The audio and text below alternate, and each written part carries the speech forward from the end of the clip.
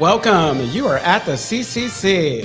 Where there are no outside issues. I'm Bonnie Violet. My pronouns are she, her, and I'm a trans, femme, genderqueer, spiritual drag artist, identity doula, digital chaplain, and person living with HIV, and I'm also in recovery. My name's Anthony. I'm a 6-year doctoral student in clinical psych. I really like escape rooms and I care about you. Right on. And I'm Lulu. My pronouns are he and him, and I'm a Black gay man. I live in San Francisco. I'm in recovery for alcohol and crystal meth, and I am former Miss Castro Country Club and always looking for balance. And we have a guest with us. We do have a guest. My name is Josh, and I am also a recovering addict and perpetually recovering from toxic masculinity, and I'm just trying to exist today. Thank you.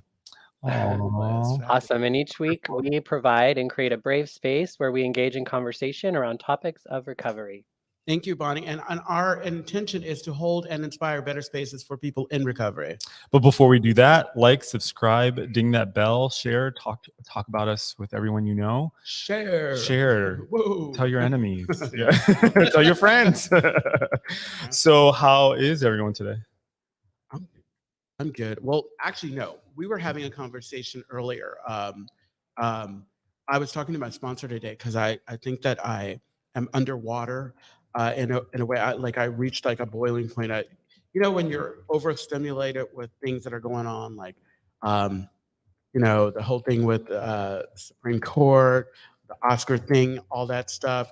It wasn't. I realized that it wasn't just about those things. It was about so much more. And so I'm able to kind of like recenter and figure out what I need to do to kind of take care of myself. So yeah. How about you, Josh? How are you? I'm doing okay. I actually just got into town this weekend for a job and came by the country club to see some friends, and I'm just kind of trying to melt back into, San Francisco scene. That's what happens when you come by for a visit.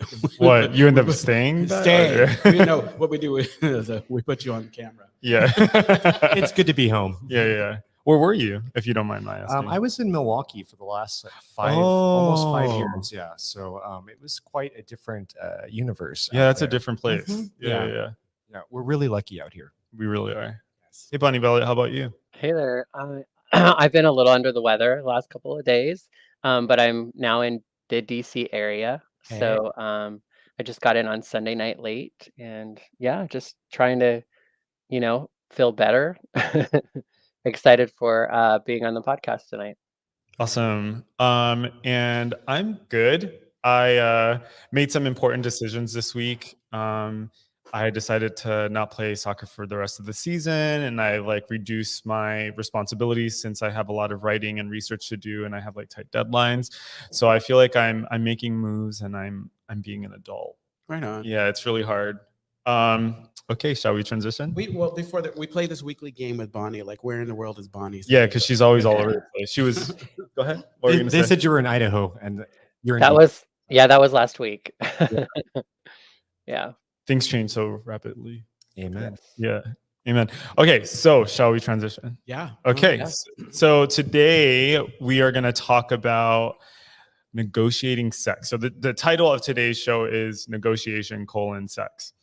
And so they're all not like colon, No. you know what I mean? But I just, for context. Okay. So what do we mean by negotiating sex? So obviously there are a bunch of different things that need to be discussed, aren't discussed when it comes to sex. And so some of those things, for example, might be like the frequency of having sex. Are you talking about sex in a relationship or outside of a relationship? Is it a casual context? What type of sex do you want to have? How do you introduce kinks if you have kinks?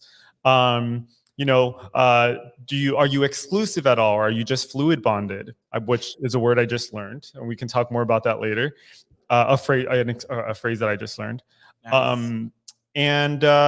So I want to start with a couple of stats that I found. I don't know if it was a reputable source.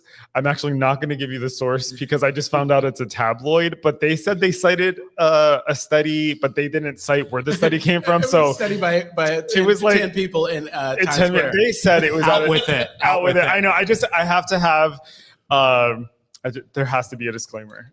So if these are not facts, fine, they're good talking points. So Out of a study of 1,000 people, what they found is that 34% of them were unable to rate their sex as satisfying or very satisfying.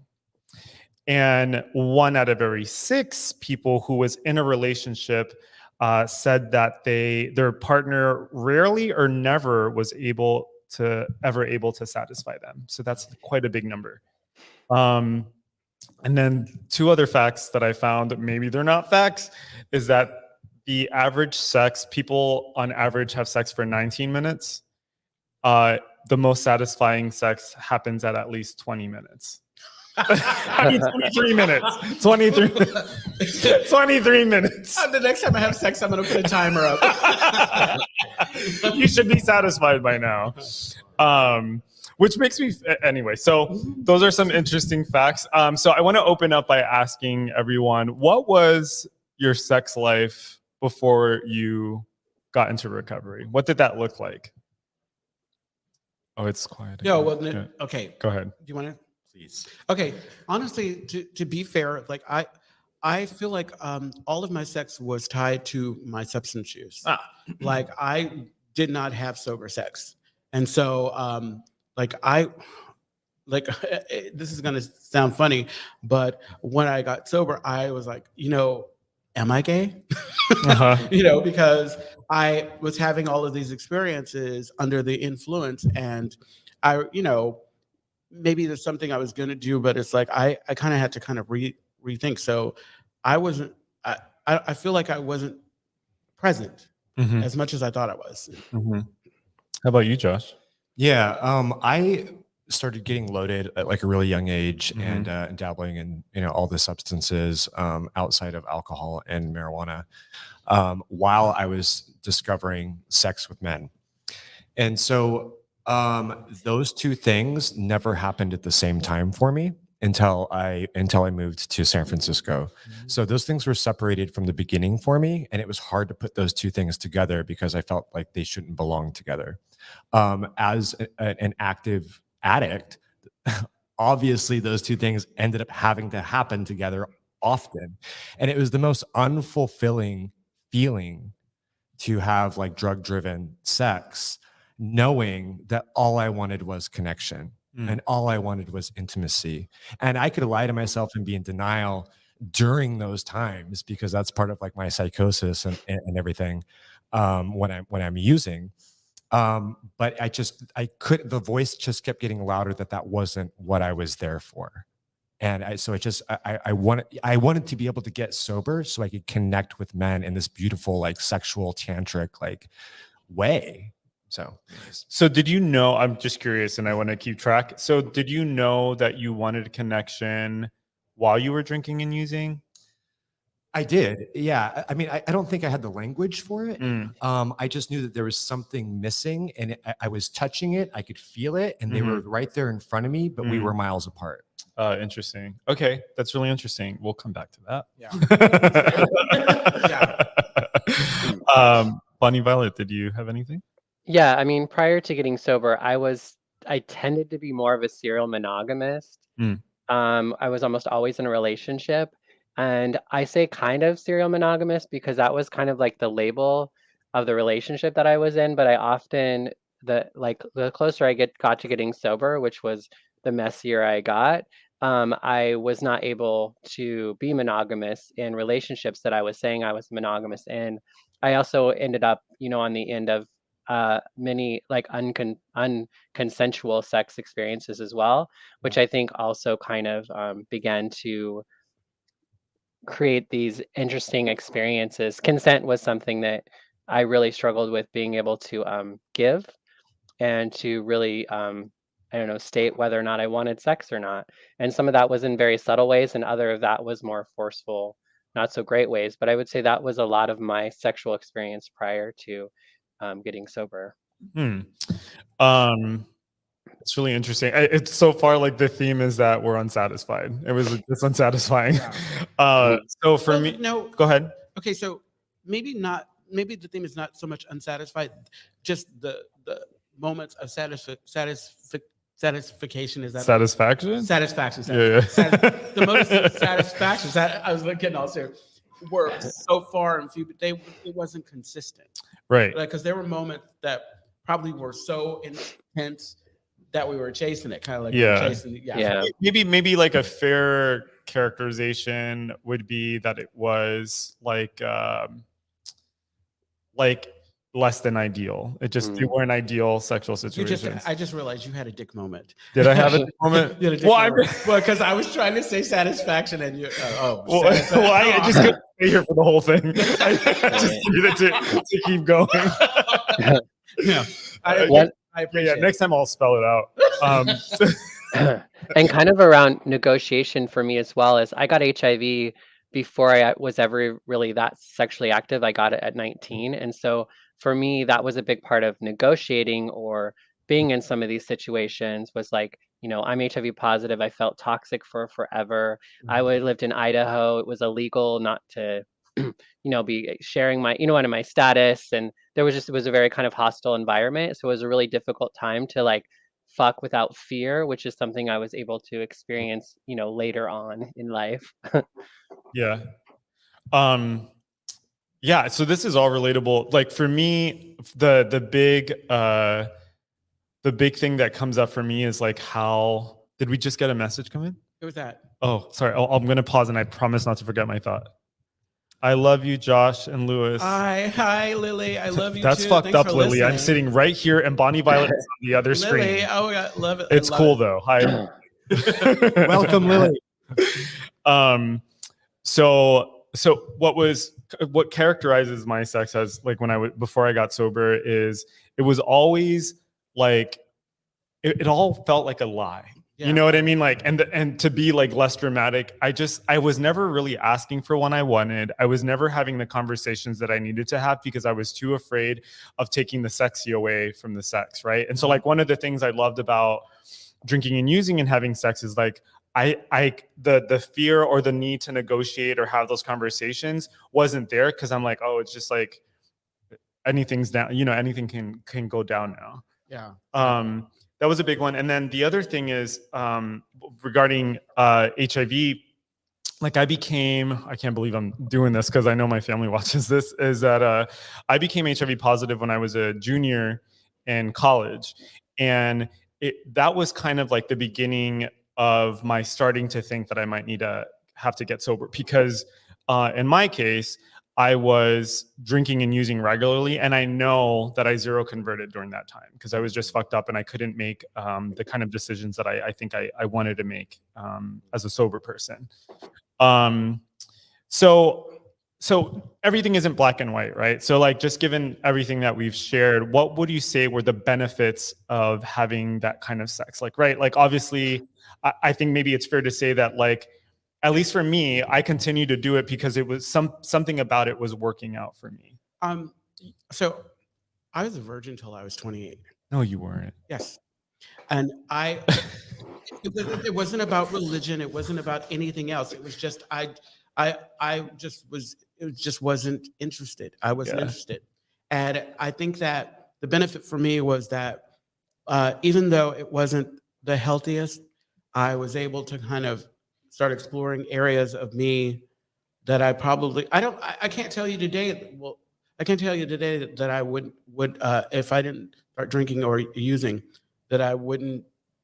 I don't know where I would be, because it was natural. For me. It wasn't like, oh God, I need to have sex. I wasn't freaking out like some of these teen movies. Like we got enough virgins. There was no issue. I had no hangups. I mean, I lied, whatever, just to accommodate people because I was tired of like questions and everything. But I just didn't know. I didn't know what was going down. And I think that I also, because I really, when I started having sex, I truly thought that I was a straight man, and I would have sex with women and what have you or whatever. And the other gift was that I got the courage, liquid courage, or the walls were down, and I was able to kind of explore the other, the gay side of me. And so as much as it did me in, it also kind of helped me to open doors that got me to this amazing person that I am today. Yeah. What were you gonna say, Josh? I was just gonna say, I feel like, yeah, I mean, we don't get a handbook for life. We don't get a handbook how to be young gay people or queer people or whatever we identify as, that's outside of like the norm of what we thought we thought things were gonna go, or our parents told us they were gonna go. So it's difficult enough as it is already. But then it's just like, yeah, I mean, like listening to Lulu and just like, I'm thinking of coming of age and like just the benefits, to answer your question. Like, you don't have to have the conversation. It's too difficult. You don't have the words. And like I said, you don't have the language for it. Right. So yeah, there's that benefit of like being able to be socially lubricated, or whatever the case may be. I heard it come out of my mouth. And so, damn it. Anyways, and so that was the benefit. That was absolutely the benefit. And again, it's just like, at some point we have to have those conversations. We have to be able to negotiate what we want, what our sexual appetite is, like what are our needs, what are our wants. Like, the first time that I hooked up with a guy, I was like 14 or 15, and it was the absolute like most exhilarating thing. Not just because it was taboo and wrong, and I was going to burn in hell because I knew I was. It felt like that's how my body was wired. I miss that aspect of I miss that aspect of the sneaking excitement. around, of getting caught, like somebody finding out. Well, there was that too, but like the actual like being in the moment with that intimate moment of exchanging pleasure for each other, and like there didn't have to be much conversation. It was more about exploration then too. You know what I mean? And so now it's more about like, what am I hungry for? Yeah. I feel that. Bonnie Valley, were you going to say something? Nope. I just I got so caught up in the lubricant thing that I lost my train of thought. With the benefit for me. So, Bonnie Valley, I appreciate you bringing up HIV and HIV disclosure, because I think among like all things, like if I was drinking and using, no one had to have that conversation. And so there was like, I had this fear around contracting HIV. And so if I was drinking and using, that fear wasn't necessarily there, but then of course the morning would come, and there would be like a lot of shame, and there would be all this regret, and it just was kind of cyclical. Were you going to say something? I should chime in because, I am HIV positive too. I became HIV positive when I was about 20 or 21 around then. And it was, there was that trust factor. And the truth is I was loaded out of my mind, and I was hyper aware of safe sex practices before, and like the current, cutting edge like conversations in San Francisco that like you probably weren't going to get it if your partner was on medication. And I lived in the delusion that my partner was telling me the truth, like when they were taking medication and they were able to be adherent to medication, and then boom, I serial converted, and it was just kind of like the same thing. Like my whole world became exactly what you mentioned, Bonnie. Just trying to, I felt toxic. I felt like I was unlovable, the whole thing. And, going through that as a young man, it was just like, it was absolutely devastating. And then I started looking back and being like, is this because I suffered sexual trauma? Because there was, I didn't even know, like, for instance, what GHB was until I took it recreationally. And then I was like, oh my God, that's what they gave me at that party. It's that same taste. You know what I mean? Which resulted in a bunch of other stuff. So just navigating through all that and like having these conversations about consent in general, like are absolutely necessary for people of our age and young people as well. Yeah. You're making me think of like the roles of like shame and like blame. And I think that's definitely something that was very pronounced in my sex life before recovery, is that I had a lot of shame, right? Like I didn't want to talk about the things that turned me on. I remember when like I had like this one ex, it was a really toxic relationship, but we would get drunk and we would have like bomb sex. And it was because we were like both discovering with each other that we were like into things that weren't vanilla. But we would only have that sex when we were drunk. Yeah, exactly. You know what I mean? And so, so I think for me, it like it was just really just, I mean, it feels a little trite to say it, but I wasn't living my truth. You know what I mean? Yeah. Like I wasn't truth with a capital T. You know what I mean? Like I was unsatisfied because I was afraid of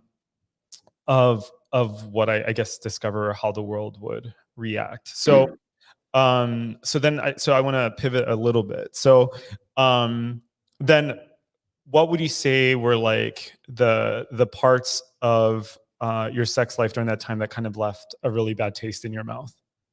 Like maybe not literally, but like what were the like the consequences, the undesirable consequences of having a sex life that looked the way it did? I think the numbers. What do you mean? Okay, so I used to say it when I was using, the only thing better than ass was a new ass.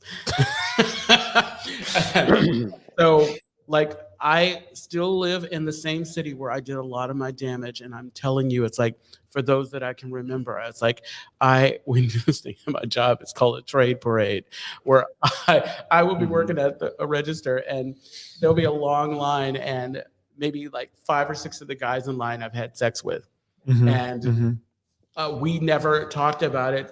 No names exchanged or whatever, but they always end up at my register. And then I get to face up to choices that I've made in the past. I think I try to live with no regrets, but I think that because I was not, now that I understand that I wasn't really in control of my choice, I wasn't choosing. That's the only regret I have. I don't have a regret for the types of sex that I had. I acknowledge that all of the things that I did, I probably would have eventually done. I just sped up the process because I didn't have those same, like I was fearless, I was fearless, or at least so I thought I was. I just didn't have the common sense. Right. And so, I don't know. It's like nowadays, like a big part for me is like, if I'm not gonna, if I wouldn't walk with you in public, then I'm not doing anything in private. And the same is true. If you're not interested in walking with me in public, Yeah. why, like, all of a sudden, we've never talked about this. And I've had this happen where folks that I know, like, we don't talk about this. We've never even flirted. And all of a sudden you see me at a sex club and you think that this is the time we're going to do it. Yeah. I'm not interested in being anybody's dirty little secret unless I'm my own dirty little secret. Yeah. Yeah. That's interesting, like to hear that perspective, because I feel like I've shifted in and out of that at different points in my life. And then there's other times where, like, having a lover that, you're having these moments of sexual, I guess, exploration, you could say, or what's on the menu. Maybe I want some, like, a like glory hole, like whatever the case may be. I may never see that person's face, but did it feel good? Absolutely. It took me to the fucking moon and back. But that's what I wanted that day. And so just trying to, like, break the stigma up around that, and then, like, take a look into, like, what's driving, like, what do I believe about sex, and what do I believe is should be shameful or not. Bonnie Violet. No, go ahead. Do you want to read Brett's comment? Yeah. So Brett Thomas says, drug driven meant that I could do and engage in activities that may not have been consensual to either me or my partners. Sex was self-validation. During early, I think, recovery, I took the time to develop a rough concept of an ideal sober sex. It's about mutual respect and mutual benefit. Brett, this is a really, this is well timed, because at some point we're going to transition to this, but this is really great. Thank you so much for writing in. What was the last thing you said? Oh, no. The to the moon and back. That's what stuck with me. Yeah. That's what stood with me. And then Bonnie had a thought. Yeah. Did you have No. No, that. No thoughts. No thoughts. Fuck, I lost my train of thought. I should have written it down. Who you'll have sex with. So I'm very different from you, because there are people that I will have sex with but don't want to be seen with on the street. And there are definitely people I would have sex with that I wouldn't date. Now, let me qualify this. Just because I'm saying I'm only going to have sex with someone I'm willing to walk with, doesn't mean I want to date you. Right. It's like, it's a part of my sexual idea, and we talked about this before. I have a sexual idea. Like, I want to feel dirty during, I want to feel dirty after. So if you are not my idea, and all I'm trying to do is get off, then I'm not that's not healthy for me or you. Yeah. You know, it's like, and it does a number on my self-esteem. Of course, yeah. Like if I'm settling, because I think that's what we do a lot in, like you mentioned, like I'm making this okay because I'm thinking that it needs to be okay. Like I heard Jill Scott say in this amazing poem in the beginning, I was doing it because I was being what you wanted me to be because I thought that that's what was necessary. And what I'm working towards is being what I want to be. Like if I'm a freak, if I'm this or that, it's because I want to be it, not Right. because I feel like I need to be it for somebody else. And so that's nice too. If we don't get down, if I don't feel that spark or that fire or that connection or whatever, why are we doing this? Am I doing this just because I think you're pretty and whatever, and it's going to add a notch to my Yeah, my friend has a word for something similar to this. He calls it ugly head. Like amazing. Like Yeah, that doesn't need much more conversation. So we'll switch gears again a little bit. But what were you gonna say? I was just gonna say there's a question in the comments. Oh, Lily says, "Do you think that any of you had sex addiction, or did that go away when you got sober? I got sober, and my sex addiction took off." Oh, I'm 100%. So I'm actually in Sex and Love Addicts Anonymous. So I definitely have a sex addiction, and in fact, I thank you so much for bringing that up, Lily. And I still love you. Yeah. Although those sentiments were not expressed to me earlier. So I think for me, like when I got sober, and this is still true for me now, like I got rid of drugs and alcohol. I had a bunch of fucking feelings. Then I'm like, okay, how do I get rid of these feelings? So I turned to food, spending, and sex. Yeah, and exactly. Because I live in San Francisco, all of those things are like readily available to me, right? And like if I'm keeping it 100, like I've been in a little bit of a sex binge recently because I've just been so stressed out and I don't want to overeat. You know what I mean? Anyway, so it's a whole thing. So 100%. Yeah. How about for you guys? Yeah, I definitely, it's just like, so the 12 steps for me worked in order to gain sobriety. And those same 12 steps, no matter kind of what we substitute the addiction for, tends to run through again, whether it's around food, my sexual behavior. And just because like I may have like a very active period of time where I'm having like lots of sex or something like that doesn't necessarily mean I have to check my motives. Like, how do I feel? Why am I doing this? What am I avoiding? I agree. If I'm not avoiding something, have a good time. Yeah. If I have the time and I don't have other responsibilities and I'm able to go and do this and it's not getting in the way of other things, then absolutely like have a blast. There are times where that has not been the case. I'm like, I'd rather go fuck my brains out than go deal with like, X, Y, or Z right now. And that can become an unhealthy behavior. And so luckily the same 12 steps, no matter what recovery program you're in, you can run it all through that, and take a look at your motives. Yeah. And I agree. I think at times, everything that you said, at times, I think it's not that I feel like I have an addiction. It's more that at times, if I'm not careful, it can become unhealthy.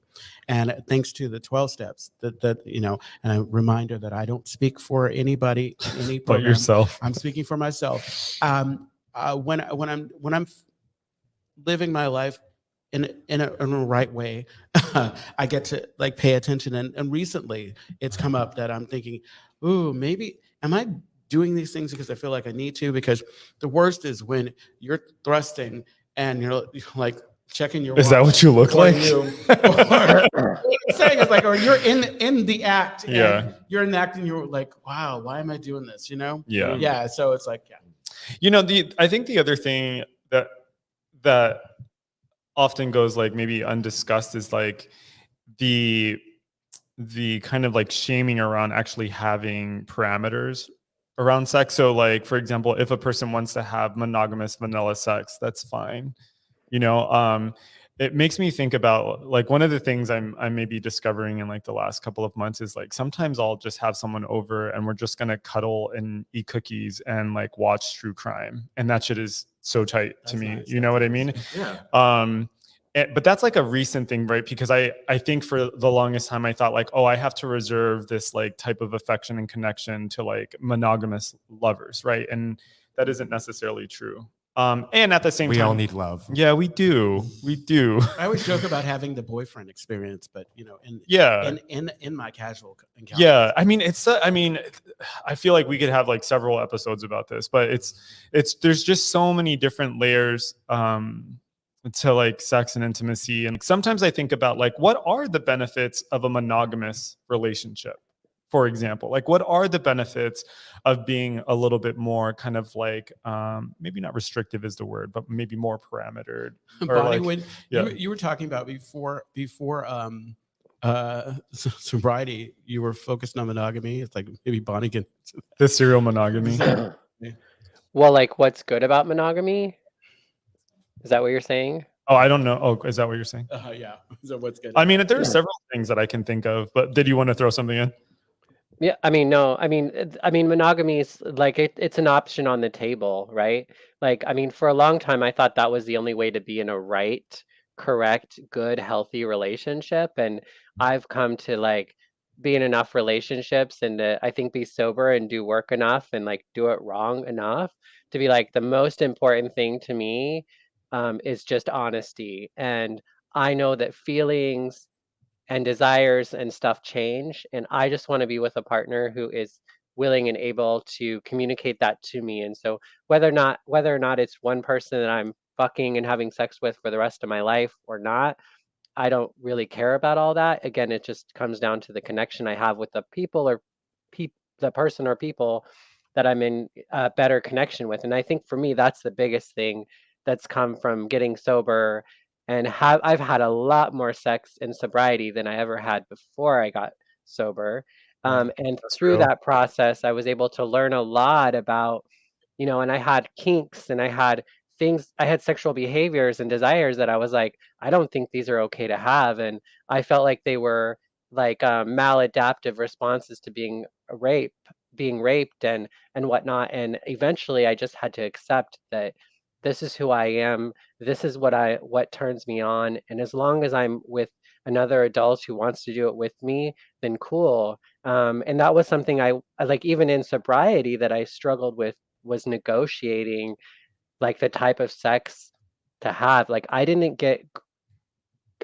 know that I even tried to get into negotiating sex that I wanted until I was like 10 or 11 years sober after moving to San Francisco, where I was in a community of people who are more versed in kind of talking about and communicating about what we'd like to do with each other and what we would not like to do with each other. You said like I think it was last week or whatever. It's like this idea of not knowing and not knowing, and it was great. Like being in that community and having people who show you a better way to be, and Fellowship. Yeah. well, having you show a better way to be, and that's the kind of the spark that gets you kind of thinking, oh, okay, maybe I can start talking about negotiation, or I can start seeing this a little different. So just given where the clock is, It's amazing the time. Yeah, this is. I thought I had something clever to say. I don't. So what we should maybe no shoulds, but what I want to start talking about then is like, and Bonnie Violet, you've kind of set us off here, and so did Brett. So thank you to both of you. So talking about like what does sex look like now, and maybe how. So what does it look like now? How is it different? And let's just take it from there. Yeah. Well, I can start. Okay, so I think the work that I did in kind of getting to understand who Lewis was, like I had a period where I had, I guess, what is it, sexual fasting, and every now and then I go through where I had to kind of like figure out, I pushed all that stuff that I tried, and I acknowledged that, okay, I tried it, but it's not necessarily who I was, and I had to kind of relearn what it was that I liked. I got heavily into masturbation. It's an underground club. You should check it out. Because I needed to figure out what turned me on. I mean, because I had heard, like, if I didn't know what turned me on, how could I let someone else know? Yeah. And I think my self-esteem was definitely tied into how I have my sex now. And I go back to this sexual idea. I wanted to, like you said it before, like I was hooking up with people who wanted to just have sex while I wanted to cuddle and whatever. And I need to make sure that I check my motives. What am I there for? Yeah. If I'm needing affection or whatever, and I'm going to somebody who doesn't have it, then that's no good. That's why I want that whole idea of like, I want to feel dirty during and not after. Hi, picture time. Brandon saying it. So I think for me, the way sex goes now is like, I need to bring my higher power into it, and I need to be willing to talk, and even in these casual kind of connections, because I just because it's anonymous doesn't mean that I can't I can't communicate what it is that I'm okay with. Because when somebody starts trying to pinch your nipple off completely or biting you too hard, I'm like, or nipple play that shit. Hot. Or doing, no, but doing things that they haven't figured out. Like we haven't talked about this, or we have, like, you're not paying attention to my face. That is not pleasure. That is like premise. Can I tell you, like, I hate when someone wants me to play with their nipples. I'm so fucking I didn't come bored. here to work. Ruins like, what are we everything. doing? It ruins everything. Oh my God, it's like, come on. They're Like, harder. I know it's some people can't come unless you're like, you're like turning their knobs. Put your clamps on before I come over. Yeah, it's just a lot, but some people like it. I don't want to yuck anyone's yum. Bonnie Violet, did you want to jump in? Yeah, I mean, I think for me, like, so I haven't been sexual in over a year. I started hormones almost a year ago, and so that totally changed my sexuality. But I recently had like a negotiation of sex while I was in Boise. I was in drag and I was out at the club, and I actually happened to have lips like this on, and which is a mouthful of rhinestones for people who don't see me. And so I was like, and I was in drag, and so this person started like eyeing me, and I'm like, oh my gosh, like I haven't been hit on in a while, but this is happening, right? And I was in drag, and so I was like, oh, so does this person think I am a dude in drag? Does this person think I'm a trans person in drag? Does this person just think I'm in drag and they want to do somebody in drag? Like, I don't know. And so it was interesting to kind of, because I want to engage in that sort of way with somebody, and kind of in that situation was fine. I just was trying to figure out, it's like, oh, I'm trans. Sorry, I'm awkward. Like, I'm into this, but I am kind of awkward, and like just kind of putting out all my stuff, and long story short, by the end of the night, he was asking if he could kiss me, and that resulted in him and I having a mouthful of rhinestones. So it was a cool kind of experience, I guess. And everyone got a tooth. I know. I texted him in the morning and was like, "Are you still spitting stones?" That sort of thing. It's sweet. That's sweet. There was a lot of like negotiation, and there was a lot of, and that's what I'm talking about. Like there's just a lot of awareness, a lot of consciousness and a lot of opportunity to change the scenario or create the scenario. Whereas in the past, what's that? Was there any fear? Because it's my God, yes, but like good fear, like exciting fear. Okay, so we have no, I was just trying to get a time check from Brandon. We have 8 minutes. He normally tells us at 10, but he was on his phone. Go ahead. What was the question? Sorry. Oh, just what does sex look like for you now? Yeah, recovery. It looks like negotiation. Like I bit into the institution of marriage a few years ago. Mazel. Weird. Super weird.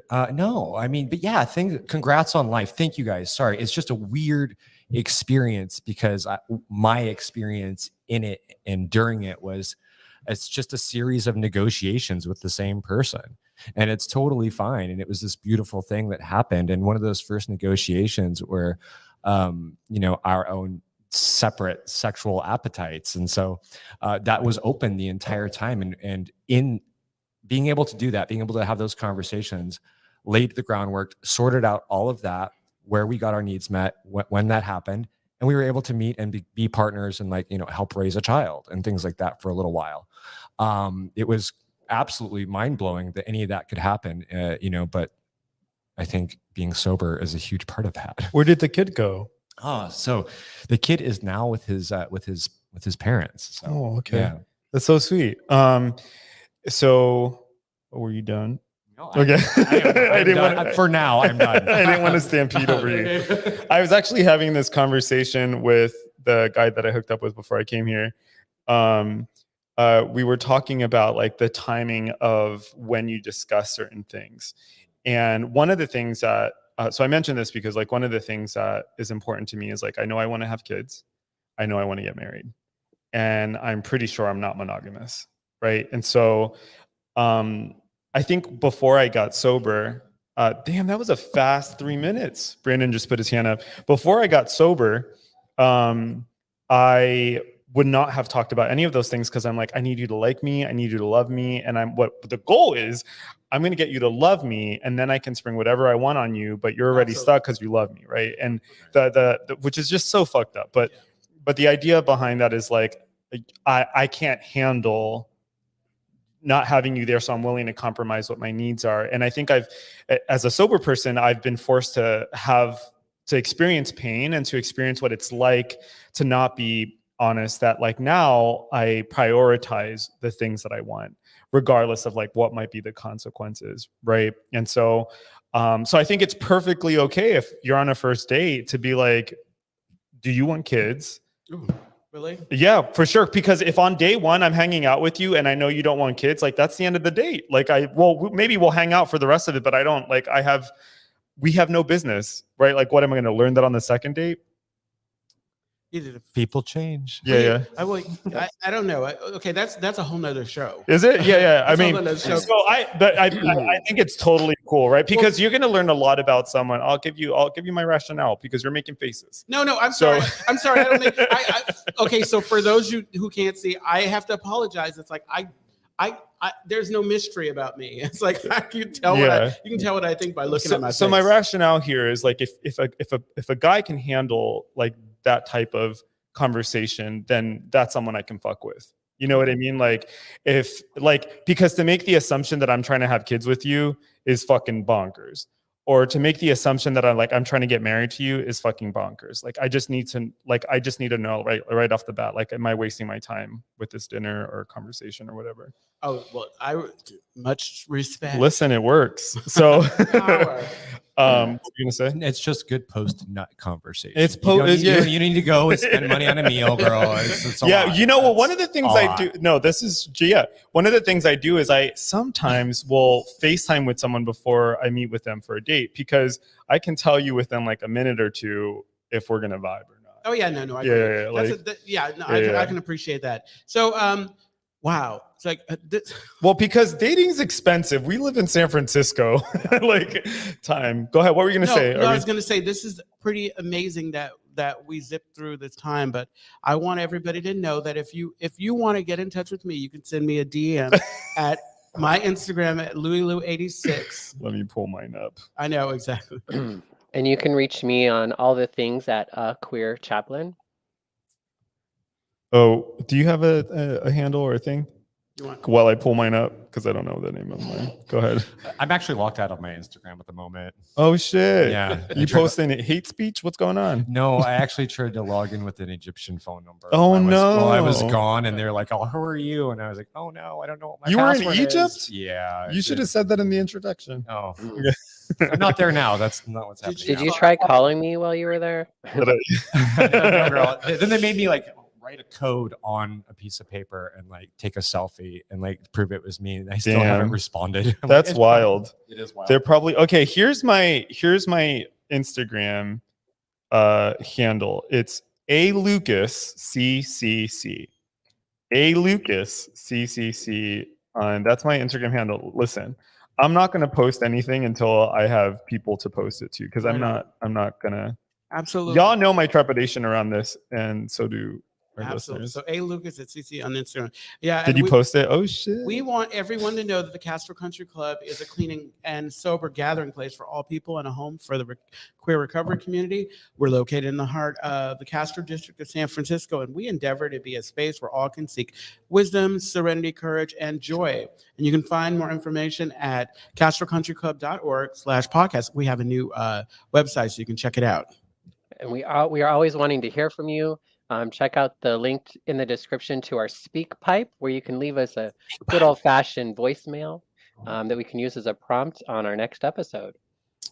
Yeah. And if none of those things work for you and you want to send us an email, you can email us at podcast@castrocountryclub.org.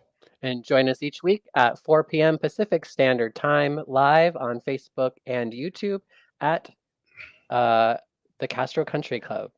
And once again, we speak for ourselves. We are not ambassadors. Yep. And you can find We ambassador ourselves. we ambassador ourselves. Thank you, Josh. Josh, for having me. Yeah, Thank you so much. Yes, this was a lot of Yes, fun. thank you. Yeah. Thanks, Do we still Josh. have time left, or are we going? We're on? at 7:45. We're good. And then I just never know. You send a lot of mixed signals.